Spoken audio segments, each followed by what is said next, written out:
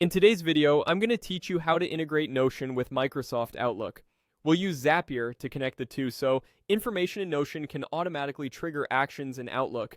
This is great for creating calendar events from Notion tasks or sending follow-up emails when a page is added or updated.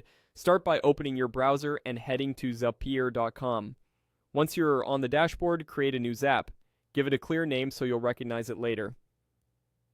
Think Notion to Outlook, tasks to calendar, or whatever best describes your workflow. Next, choose your trigger. In the app search, type Notion, then select the Notion app. You'll now choose a trigger event, such as New Database Item, Updated Database Item, or New Page. Pick the one that matches when you want Outlook to react. If you're tracking tasks in a database, New Database Item is a solid choice. Zapier will prompt you to sign in to your Notion account. Approve the connection and make sure the relevant pages or databases are shared with the Zapier integration in Notion. Without that sharing step, Zapier can't see your data. Configure the trigger by selecting the exact Notion database or page you want. If your database has properties like title, date, status, or assignee, you can use those later in your Outlook action. Save, then run a test. Zapier will pull a sample record. If nothing shows up, quickly create a test item in your Notion database and try again. With a successful trigger, move on to the action. Add an action step and search for Outlook, then choose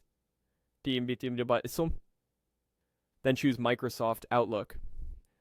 Now pick the action event you want.